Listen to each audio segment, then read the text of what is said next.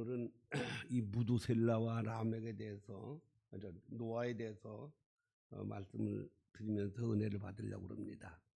이 무두셀라는 아담의 8대 손이고 노아의 조부입니다. 그는 아담하고 243년을 같이 살고 노아하고는 한 600년을 같이 살아서 홍수나던 해 그해 이제 죽었어요.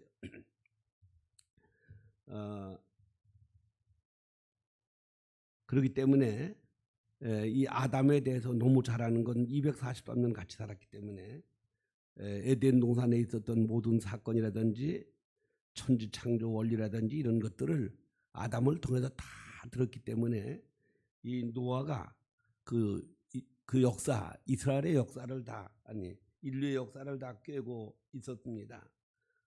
그런데 이걸 노아한테 전해줘가지고 노아가 이걸 또 구전으로 전해줘서 창세기가 나왔어요. 창세기는 그 후에 그 모세가 이제 기록을 했다고 다들 그렇게 하는데, 모세가 지가 뭐 어떻게 알 수가 없잖아요. 그런데 홍수 난 후에 에덴 동산의 사건을 아는 사람은 노아밖에 없었습니다. 다 죽었으니까. 그런데 그 노아가 전해준 이 구전을 통해서 창세기가 기록이 됐습니다. 여기 그 무두셀라가 이제 그 아담의 8대손 아담, 셋, 에노스, 게이난, 마할라엘, 야렛, 에녹, 무두셀라 이렇게 8대예요. 8대인데 그게 그 성경에 다 그 연대가 나옵니다. 그런데 우리가 그냥 성경을 자세히 안 봐서 그렇지, 성경을 자세히 보면은 무두셀라는 아담하고 243년을 같이 살았다 하는 게 성경에 나오는데, 한번 오늘 아침에 따져보시죠. 창세기 5장 3절 한번 읽어보세요. 5장 3절.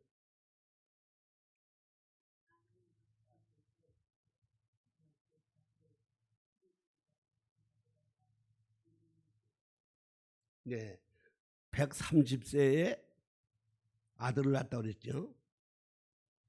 130세에 아들 셋을 낳은 거예요. 그러니까 그 가인은 아담이 낳았지만 이 아담의 족보에 들어가지는 못했습니다. 그러니까 우리가 교회 나와도 한나라 생명체의 기록이 안 되는 사람도 있다. 이제 그걸 우리가 알아야 됩니다.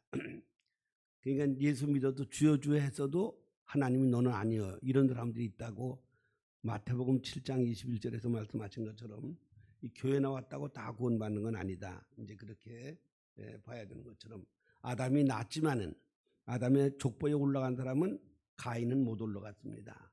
그래서 아담, 셋, 그 다음에 셋은 그 아들 에노스를 몇 살에 낳느냐? 네, 6절 한번 보세요. 예?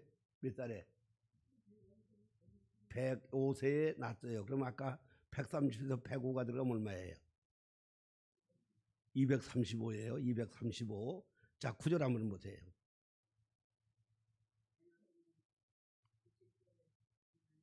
예, 90세에 계난을 낳았어요. 그럼 아까 235에서 90이 들어가면 얼마예요? 325죠. 자, 12절 보세요.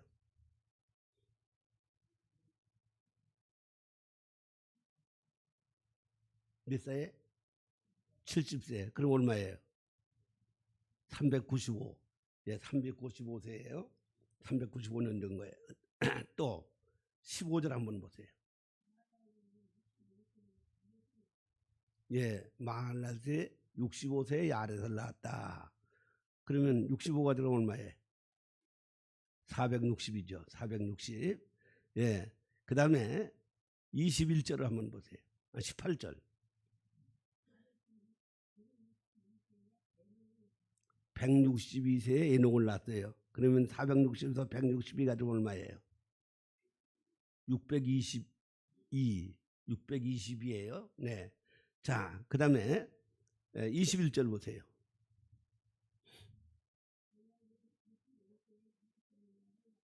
예, 65세에 무두셀라를 낳았어요. 그럼 462에서 예, 600 얼마예요?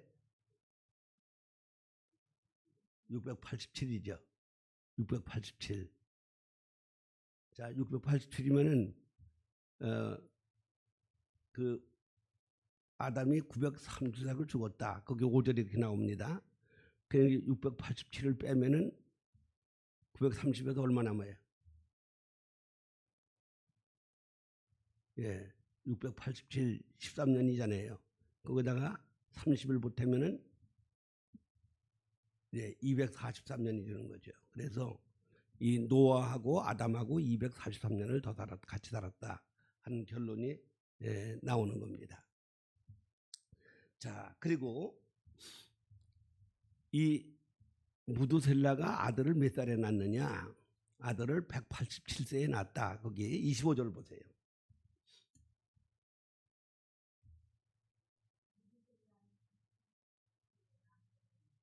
예, 라멕을 187세에 낳았어요. 그러면 그 라멕도 아담하고 좀 같이 살았어요. 얼마나? 한 56년인가 그렇게 같이 살았어요. 그러니까 243년에서 187을 빼면은 얼마예요? 얼마 남아요? 56년이 남는 거죠. 56년. 그러니까 라멕도 아담하고 한 56년 같이 살았다. 이제 그런 결론이 나옵니다. 자, 그다음에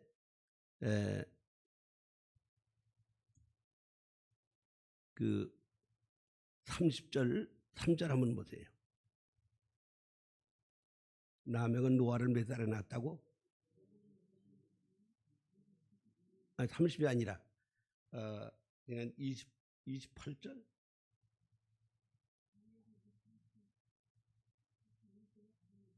예, 182세의 아들을 낳았다. 그럼 182세의 아들을 낳았으니까 노아는 아담을 만날 수가 없었어요. 노아는 거기다가 182세의 아들 낳아서 라멕은 한 56년 아담하고 같이 살았지만은 노아는 그 태어나기 전에 벌써 아담이 이제 죽었어요. 자, 그래서 노아는 아담에 대해서 저는 알 수가 없지만은 이렇게 243년을 아담하고 무두셀라가 같이 살면서 그 에덴 동산에서 이 사건을 다 알게 되고 그 조상들의 역사를 다 알았어요. 그러니까 이 무두셀라는 조상들 다 그러니까 아담, 셋, 에노스, 게이난, 마할랏, 야렛, 그 다음에 에녹까지. 에녹하고도 300년을 같이 살았으니까. 그래서 자기 조상들하고 다 같이 살았어요. 무두셀라가. 이 성경에서 제일 오래 산 사람이 무두셀라인데 969세를 살았거든요. 그렇기 때문에 무두셀라는 다른 조상들하고도 같이 다 살았는데 제일 중요한 게 뭔가 하면 그 에덴 동산에 있는 일을 아는 건 이제 아담밖에 없잖아요. 아담이 자세히 이제 아는데 하나님이 선악과 먹지 말라는 걸 먹었다가 이렇게 우리가 화를 당했다. 절대로 하나님 말씀 어기면 안 된다. 이거를 이제 그 아담이 가르쳐 가지고 그 무두셀라가 그거를 노아에게 전수를 해준 겁니다. 그래서 노아가 그렇게 이제 훌륭하게 산 거죠. 그리고 무두셀라 할아버지가 누군가 하면 아버지가 에녹이에요. 에녹. 무두셀라 아버지가 에녹인데 그 에녹이가 300년 동안 하나님과 동행하다가 성천했잖아요. 그래서 그 10대 중에서 제일 신앙이 훌륭한 사람이 바로 에녹입니다.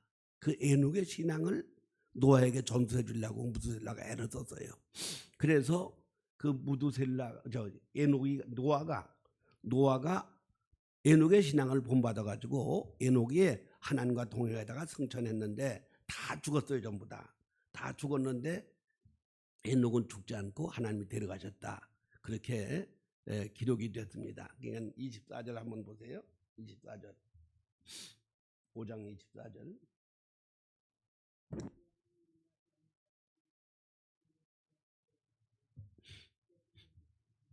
네, 이렇게 다른 사람들은 다 죽었어요. 5절에 보면은 아담은 130살을 죽었다. 그 다음에 8절에 보면은 셋은 112세 살고 죽었다. 그 다음에 11절에 8절에 보면 8절에 이제 11절에 보면은 905세 살고 죽었다.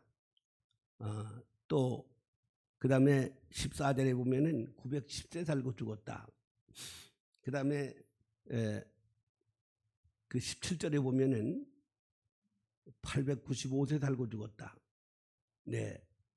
그다음에 21절에 보면은 20절에 보면은 960세 살고 죽었다.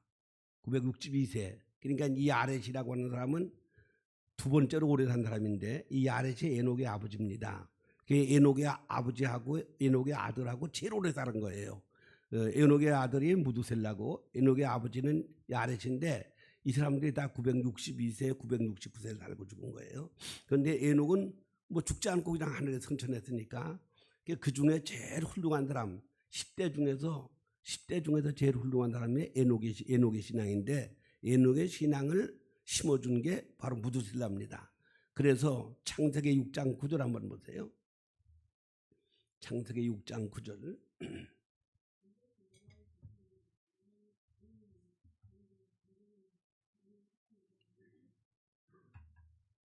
네, 이렇게 노아가 의인이고 당대 완전한 사람이고 하나님에 동행했다. 이 하나님과 동행한다는 뜻이 아리랑인데, 지난번 내가 아리랑에 대해서 얘기를 했죠. 아리랑인데 바로 아리랑 신앙이 에녹의 신앙이고 아리랑 신앙이 바로 노아의 신앙이었습니다. 알은 하나님의 이름이 알이었고 이랑이란 말은 함께한다, 동행한다 이제 그런 뜻인데, 그래서 그 노아 신앙을 전수받은 욕단이가 동쪽으로 가서 우리나라를 세웠어요. 그래서 그 욕단이가 단군인데, 그래서 우리나라가 아리랑 민족이 돼가지고 유네스코에 세계문화유산을 다루는 유네스코에 우리 아리랑 민족으로 등록이 된 겁니다. 자, 이렇게 해서 이 무두셀라는 아담과 243년을 같이 살았고, 그리고 노아하고는 600년을 같이 살다가 홍수나기 바로 직전에 죽었어요. 그래서 홍수 때 죽은 건 아니고 홍수나기 직전에 죽어서 600년을 노아하고 같이 살았는데 그 600년 동안에 역사 교육을 시킨 거죠. 이 역사를 바로 아는 게 참 중요한 겁니다.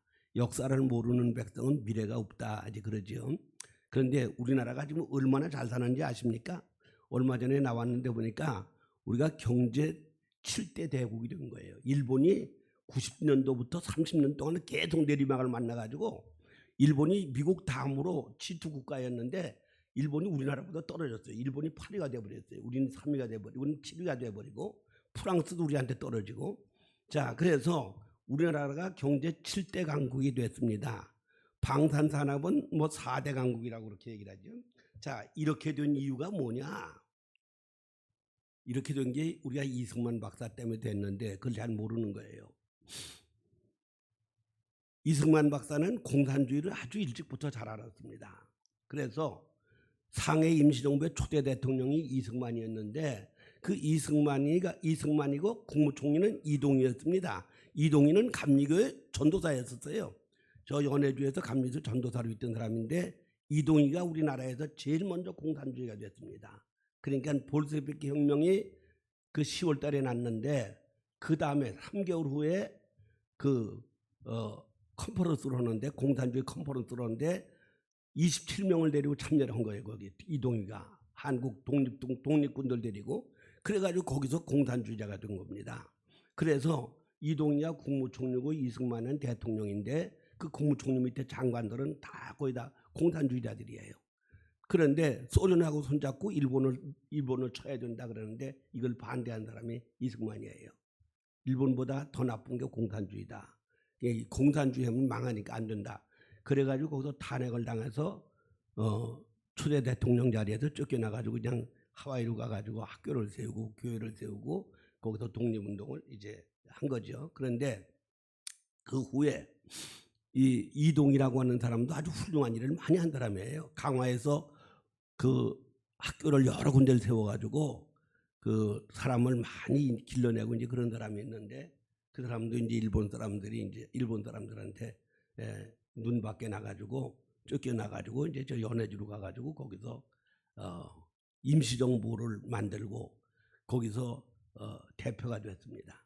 그런데 이제 상해 임시정부로 합하면서 그 이동희가 이제 국무총리가 되고 그 밑에 사람들은 다 장관들이 되고 그랬는데 그 이동희가 데리고 참여했던 공산주의 컨퍼런스에 참여했던 사람들이 다 공산주의자들이기 때문에 그래서 이승만이를 탄핵을 해서 이승만이가 이제 거기서 쫓겨난 거죠.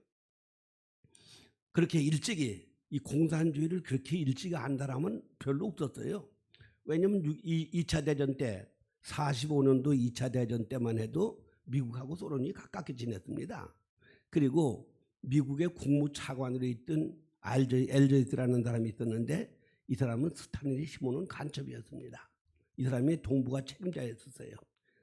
그런데 그래서 이 엘저이스 때문에 그 중국 원자 폭탄을 메가다가 2번 떨구면 된다고 그랬는데 그걸 못 떨구게 한 사람이 엘저이스고 이 트루만 정부를 통해서 뒤에서 조종을 한 사람이 엘저이스이기 때문에 그래서 그때 만에 원자탄을 떨어뜨렸으면 이북이 저기 중국 공산당이랑 무너져 버리고 남북 통일도 되고 저 동북 삼성까지 우리나라 땅이 될 수도 있었는데 그때 이제 그거를 트루만 정부가 반대를 해서 안 된 거지만 그 배후에 누가 있었는 거면 엘저이스라는 간첩이 그 사람이 동북아 책임자이기 때문에 그래서 그럴 정도로 미국에도 그 소련에 가까운 사람들이 여럿이 있었다고 하는 거. 왜냐면 소련하고 미국하고 다 합해서 독일을 쳤으니까. 그래서 이 공산주의가 뭔지를 몰랐어요. 제일 먼저 한국인들은 공산주의 된 사람이 이동입니다. 그 다음에는 박헌영이고 이제 그렇게 됐는데 조봉암이하고 그 1925년도에 한국에 공산주의를 만들었는데 벌써 이동희는 그 전에 21년도 북한부로 참여해가지고 공산주의자가 됐기 때문에 그래서 이승만이가 아니면은 우리나라도 공산주의가 됐습니다. 근데 그 이승만이가 그걸 반대하고 그 우리나라가 그 하제 중장이 대표가 돼가지고 미 군종을 했는데 그땐 미국 군종의 이제 정치를 받았단 말이에요. 그런데 하제 중장도 이 고려 연방제를 하려고 막 그랬어요. 소련에서 고려 연방제를 하자고 그러니까 그렇게 하자고 그렇게 했는데 그걸 반대한 사람이 바로 이승만이었습니다. 이승만이를 제거하려고 그까지 했었어요. 그렇기 때문에 이승만이가 아니었으면 우리는 공산화가 됐습니다.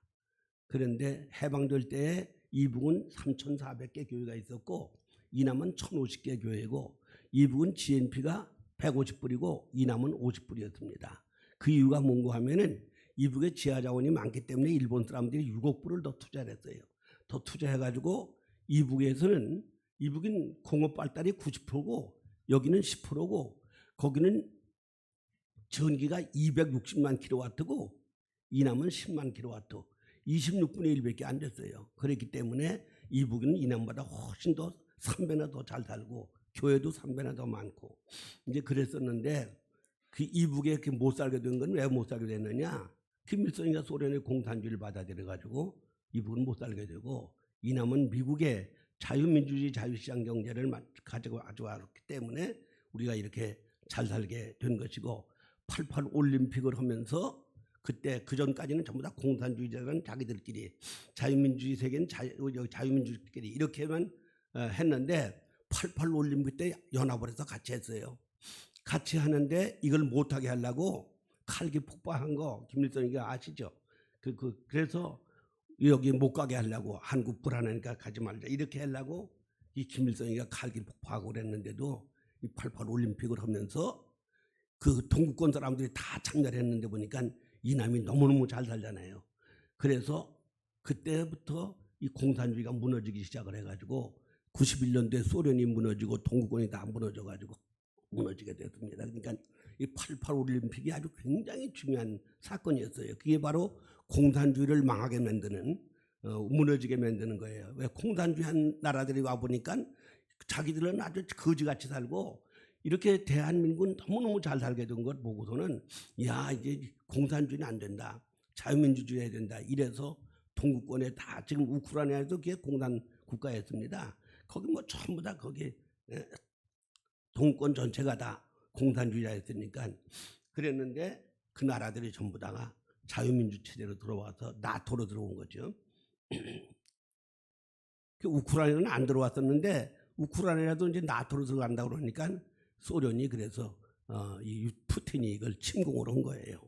그런데 만약에 소련이 그 우크라이나를 먹으면은 독일이고 뭐고 다 전부 다 유럽이 전부 다 공산화될 가능성이 있기 때문에 지금 다 지원을 해가지고 이렇게 전쟁을 이제 이끌고 이제 있는 거죠. 그러니까 이 우크라이나가 어떻게 이 소련을 대적할 수가 없어요. 소련이 뭐 얼마나 강국인데. 그런데 이렇게 전쟁 버티고 있는 거는 유럽에서 전체 지원하고 미국이 지원하기 때문에 이제 그렇게 되는 거죠. 자, 이렇게 해서 이 노아라네 무두셀라가 노아에게 신앙 훈련과 함께 역사 교육을 가르쳐 가지고 노아 외에는 이 역사를 바로 아는 사람이 하나도 없는데 이 노아가 그 구전을 통해서 전해주고 전해줘 가지고 모세가 창세기를 기록하게 된 겁니다. 이 창세기 사건, 에덴 동산 사건을 아는 사람은 노아 하나밖에 없었던데 이거를 기록했다고 하는 게 모세가 자기가 스스로 한 게 아니고 노아의 구전을 통해서 내려갔는데 이거 바로 노아는 이렇게 그 무드셀라를 통해서 역사 공부를 했기 때문에 그래서 이제 그렇게 창세기가 나올 수가 있었다. 이제 그렇게 봐야 되는 거죠.